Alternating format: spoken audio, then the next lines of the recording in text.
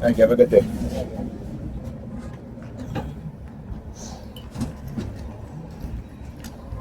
Oh yeah. So, Europeans on the bus today, more than one, a good amount of them, engaging in targeting. So what does that say? It tells me that they have, again, whenever they get emboldened by their cult masters, their cult leaders, they will send, normally it's usually a few, one or two, maybe three, but when they send almost half the people that's on the bus, and the bus was not quite full, but almost full. Again, it's because they're emboldened, right? That's what it is. So they get emboldened. You know what I do, right? I get emboldened in terms of recording them. Right? I get emboldened in terms of recording them. Homeless guy, like I said, pinching his nose. In the hand signal. So I got to get emboldened too. Wheelchair team. The homeless guy.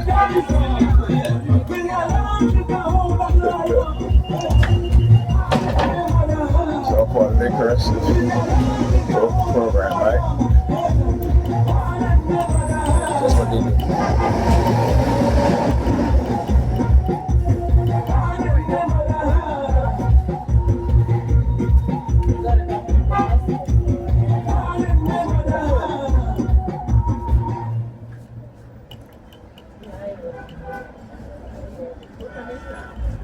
Lion Pork, Trophy Morning will be skills and tricks. Chubby in Brazil, Olympics. Girls and the candidates make us next week. The way you bend on your feet, you make it nice. See all these women in here, these clocks, man.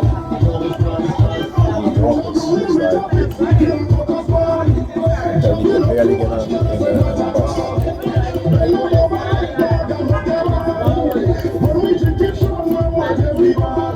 You can let them tell them they gotta go sit in the back. Is that a man? That's a dude. I rarely see dudes on the bus. He has a walker. He has stuff on.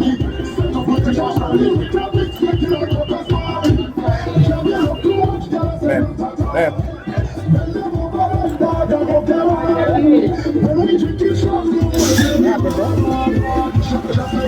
If people standing out here, you just gonna close the door like that? Come on, man. Come on, man. You have it? Okay. Huh? Don't worry about that. Worry about you. They waiting for a limited. The local. All right. Fair enough. They still waiting. Please exit through the rear door.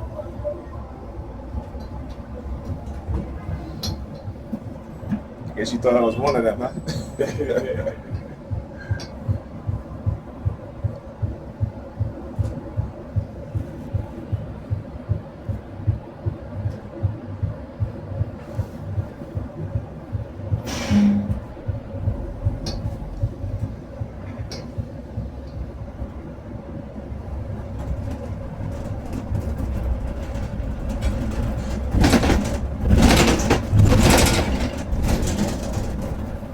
This stop is Church Avenue and East 48th Street.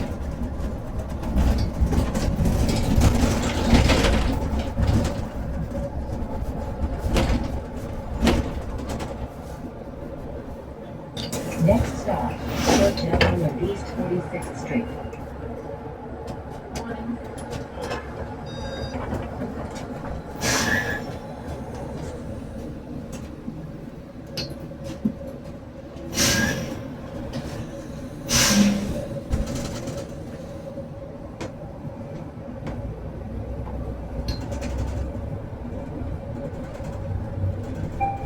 Please exit through the rear door.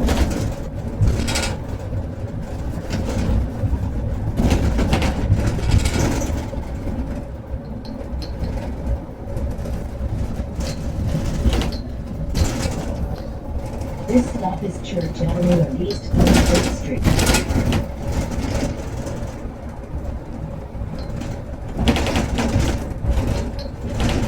Next stop, Church Avenue and High Avenue.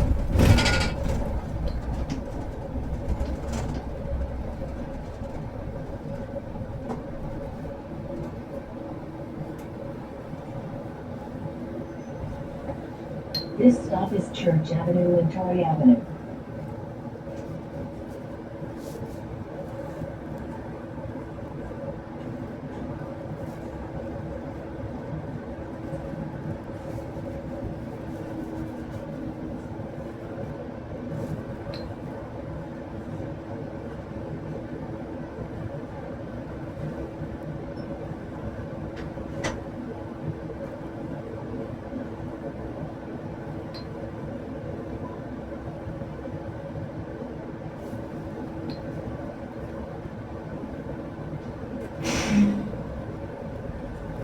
Hello, everyone. Welcome to your new Queens bus service.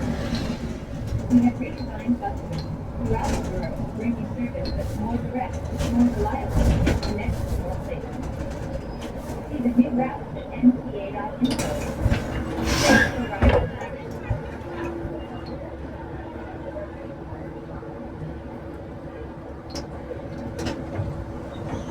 She got CIA on you, sorry.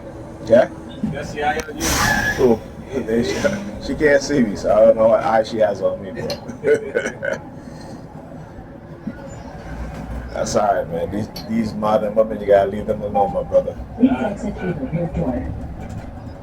Look, if she's not consciously Next stop, aware, Church Avenue and East if she's 42nd not, Street. she can't hold herself accountable and have any sort of self-accountability, Yeah. forget it. I have a 24-year-old man, my oldest son. I told him from when he was a This teenager, stop is Church Avenue Stay and away East from modern 42nd women. Street. Stay away from her. right? I said, date black women, but don't date them that been here for too long. Right? Don't stay away from them. But I told myself, go outside the United States, get yourself a black woman, right? Preferably in her older than you, Sir, right? excuse me.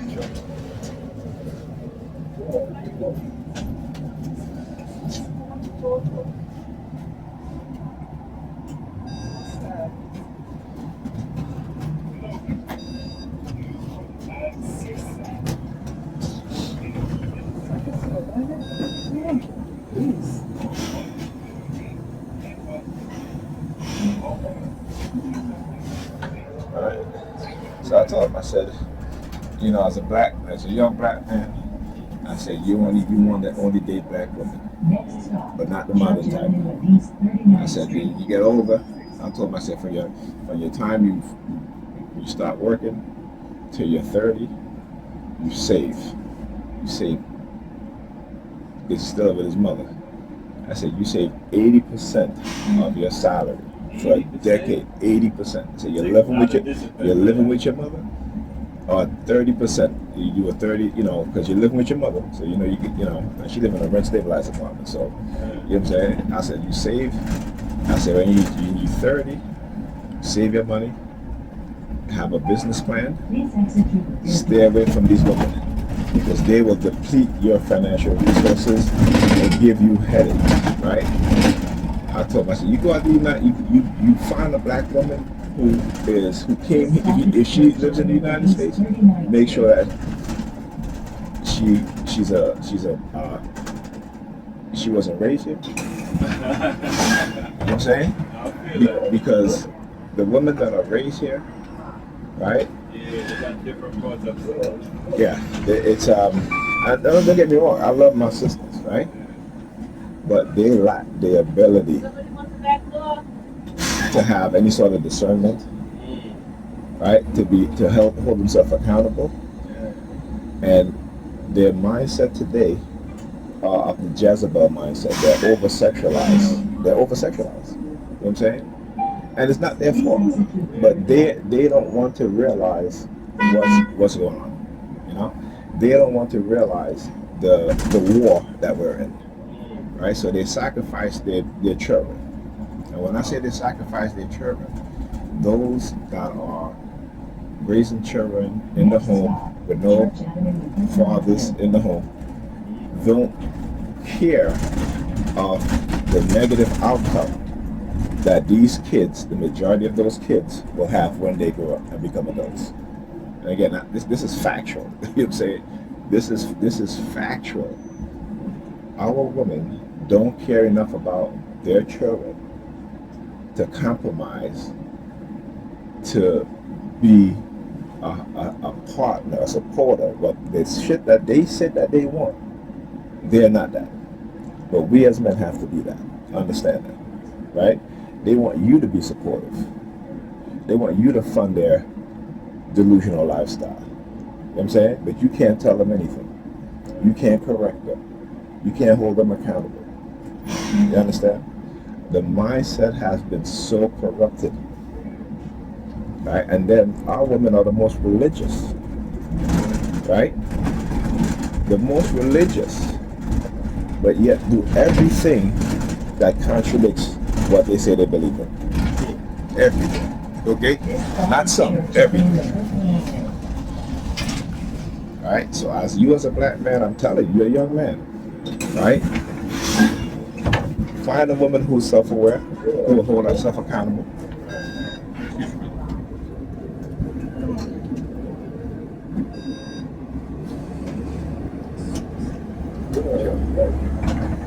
Right? And also who was raised to respect men. You understand what I'm saying? Like I have two youngest, but and this woman at one point she called me a nigga. I had to right there. I shut it down right there. I said, "Don't you ever in your life?" I said, "The next time you call me that word, okay? I said, I'm not gonna tell you what might happen, but I want you to think about it." I said, "Because I have never called you a bitch or a hoe or nothing like that, even when I'm highly upset with you, even when we're arguing. But you've called me every name in the book because they believe that they can speak to us disparagingly, and it's okay. But you have to be soft-spoken, well-mannered, right? Well put together. But you have to accept them in all of their negative condition, their bad attitude, their inability to be healthy, to be fit, right? You ever see a fat woman tell a man, a black man, that nigga, I can't date you, you too fat, while being fatter than he is? But this is how they talk to us. You understand? How you feel about integration? We ain't got enough time, huh? Integration works if those that control the society really wanted integration. They didn't want integration.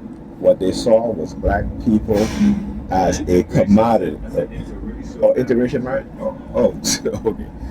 That's another thing. Here's the thing.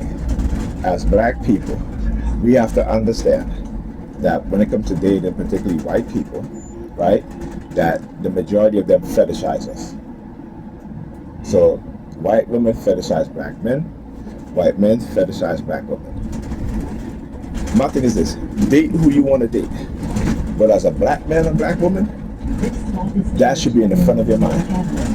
Because I've seen black women who, when they break up with their white boyfriend, the white boyfriend dumped them, they all of a sudden they say he's racist. But you wasn't in a relationship with him, right? You know what I'm saying?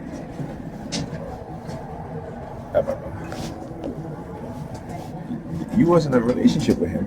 You saw how racist he was, but you accepted it. Why? Because he may have some money, right? He may have some money, right? So when you look at interracial marriages, black men marry more interracially than black women. The reason why is because black women are not desirable in the eyes of other groups of men. Only if they look a certain way, right? And like I said, they're fetishized. So white men love to do what is called race bedroom play. They get them in the bedroom, all of a sudden, let's play out the master slave woman concept. You know what I'm saying?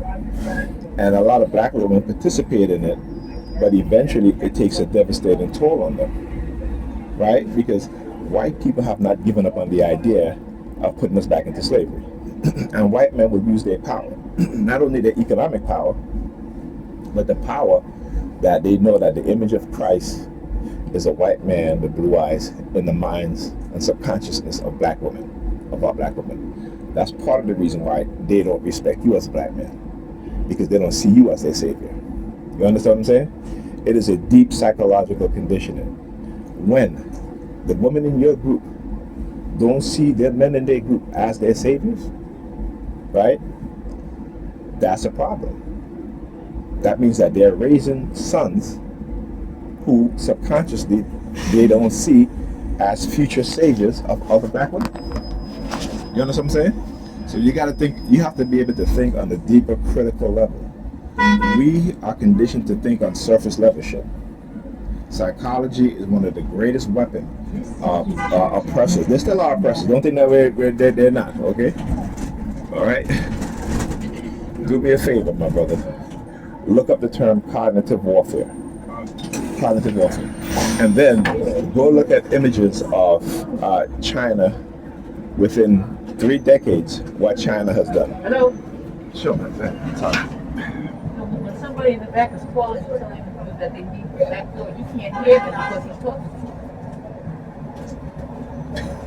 Okay, man. You're coming. No, okay.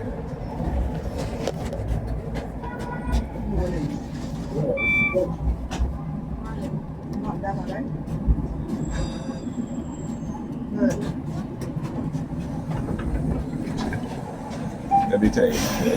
But yeah, within 2.5 decades, China lifted 800 million people out of poverty. The government did that, right? Why can't we? Because poverty is profit. You understand? You see, when they talk about crime and solving crime, the easiest way to solve crime is to lift people out of poverty. But they won't do it. Why? Not when there's $500 billion a year spent on public service to help the poor, right? And those, you know what I'm saying? The working class and those in poverty, right? $500 billion a year. So there's no incentive to lift people out of poverty. They can take that $500 billion and lift the majority of people here in America out of poverty. Think about it, right? Then you got the prison industrial complex, right? But poverty brings crime. Not that you're born with it, right? They've already proved that there is no crime, gene crime. And they were looking at we as black men, as black boys, as having the propensity to commit violence. But when you look at who commit violence the most in the United States, it ain't us, bro. It ain't us. It is the very same people who are in the labs, right, looking at our genes to identify a trait that to say that we have a propensity for violence. You understand what I'm saying? These are the people who are running our lives. But our people, black people, believe that God is in control of their lives. It ain't the God in the sky. It is the people who have control over all of the resources that you as a people need, that we as a people need. Jobs, housing, food, health, education, right? And we know that the vast majority of them are racist. We know, even though they march with us on the streets, but when they go home and they go to the workplace, they are not changing the policies, right, to make it more equal and more fair. They understand that we are a people who love symbolism because we are conditioned with that. So we only look at that. And we don't say, well, if all you white people are marching with us, how about you create a more fair and just law? They're not doing that. They don't want to do it. So we have to understand our reality. You understand what I'm saying? So, you a young brother, like I said, I try to do my best to talk to young brothers like yourself. This is something that you don't see our women doing. And let me tell you something. Black women, at one point in history, were the wisest people on this planet. right? If you want to know anything about African history in Kemet, black women are the wisest people. They were the council for the kings and queens. There was no men. You understand? It was women. But what the white supremacists have done is dumb down our women. And to control the people and to create generations of younger black people who don't want to listen, who don't want to know anything, right? You control the women because the women are the educators. When you look in the school, which is primarily white men, white women, and black women, in schools in which primarily black children with Hispanic children, other children, our boys are suspended the most, even when you have a black female principal. Our children, our boys, are suspended the most. Here's another thing. When you have black male teachers in the school teaching kids, all children do better, but specifically black children, right? There is a 20% increase in doing homework, in passing tests, and these are all factual things, studies that they've done. Is a reason why there's not a lot of black males in the educational system. You understand? Everything is strategically planned against us. You understand? Don't get too comfortable in your little slice of life that you're living that you ignore the reality of your people. And that's what we've been conditioned to do. We want to have fun when we're younger. We don't want to take things seriously because we have been conditioned with a self-centeredness and a self-delusion, or what is called self-deception, right? Where our mind deceives itself because of the condition that we're in, right? So when they understand this. They understand this. But when you subject a people to certain conditions, and they've done studies on this. There's a video called The Rat Utopia, in which the scientists built a rat city, and for a couple of months they abundance of food and water, then they start taking away the resources. And when they start taking away the resources, what do you think what happened? Some of the rats started forming gangs. They started fighting each other. Then you had the homosexual activity starting to develop within the rats. Then you had some rats who they would just fuck anything. You know what I'm saying? They did that study in the 1940s. And then when the civil rights happened and black people had civil rights in this country, and what do you start to see them do? They start with the housing projects, ushering a lot of black people into housing, right? Not only in subpar condition, but with lead paint.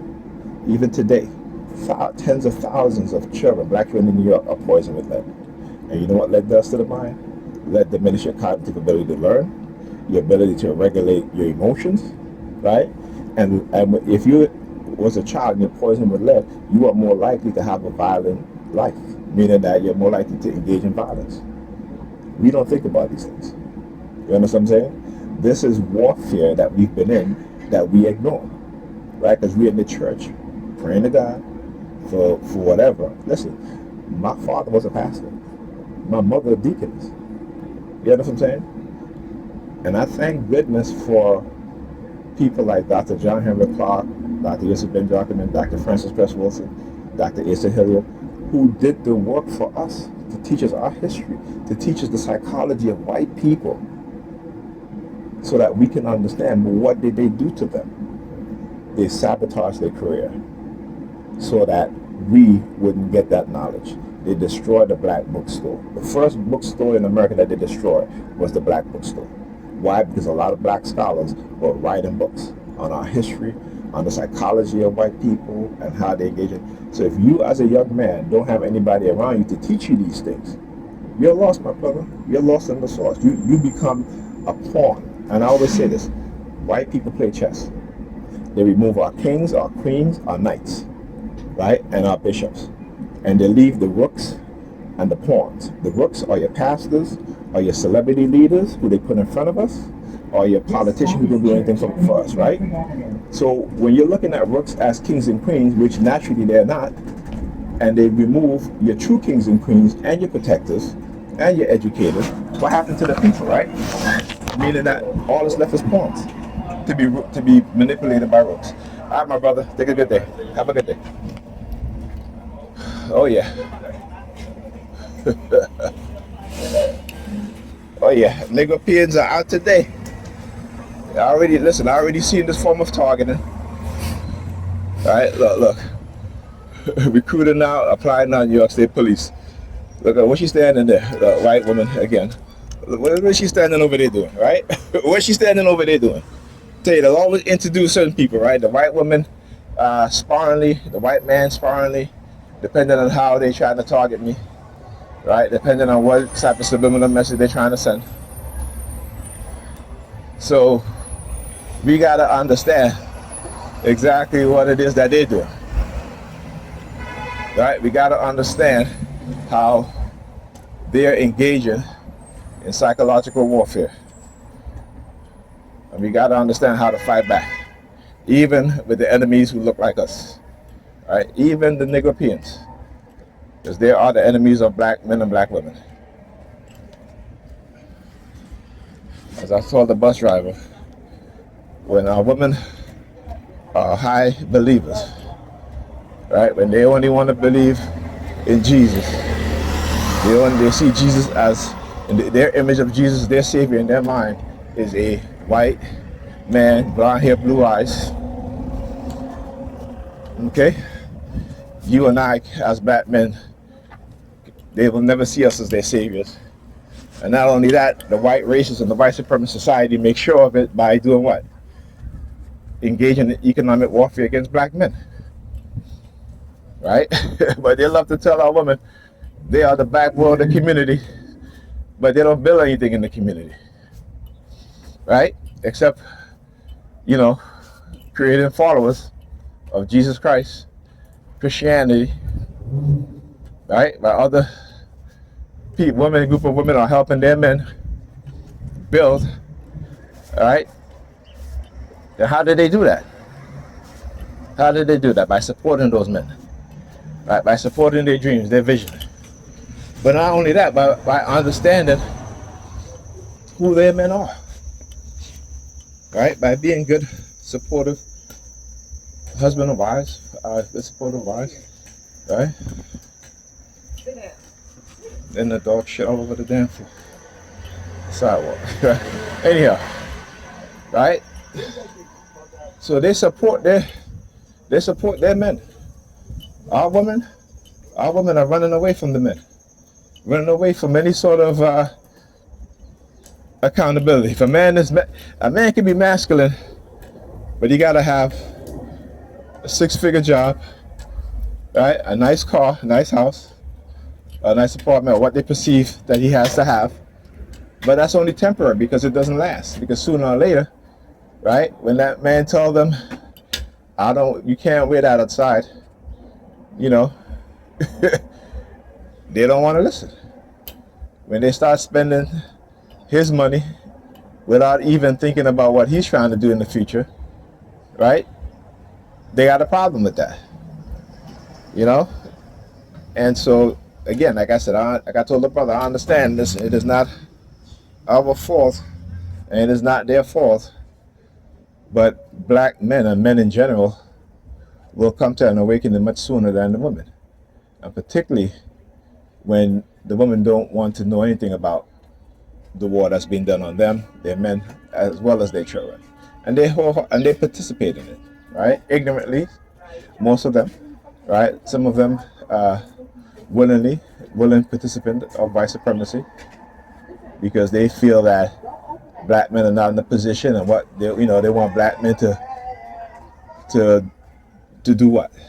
I hear them all the time on social media. What are the black men doing? Yeah, well, if you're only raising children who get on their knees and pray to the same God and Savior that you're praying to, right? That's the problem. That's what happens to black men, right? Instead of teaching them to stand up, right? Instead of teaching them to stand on their feet, right? To giving them knowledge and the right knowledge, showing them what they have to do, as boys and they grow up into men, guiding them to the fields that's going to give them a chance to make the money, give them a chance to learn and help their people, to uplift their people economically by creating businesses and building businesses, right?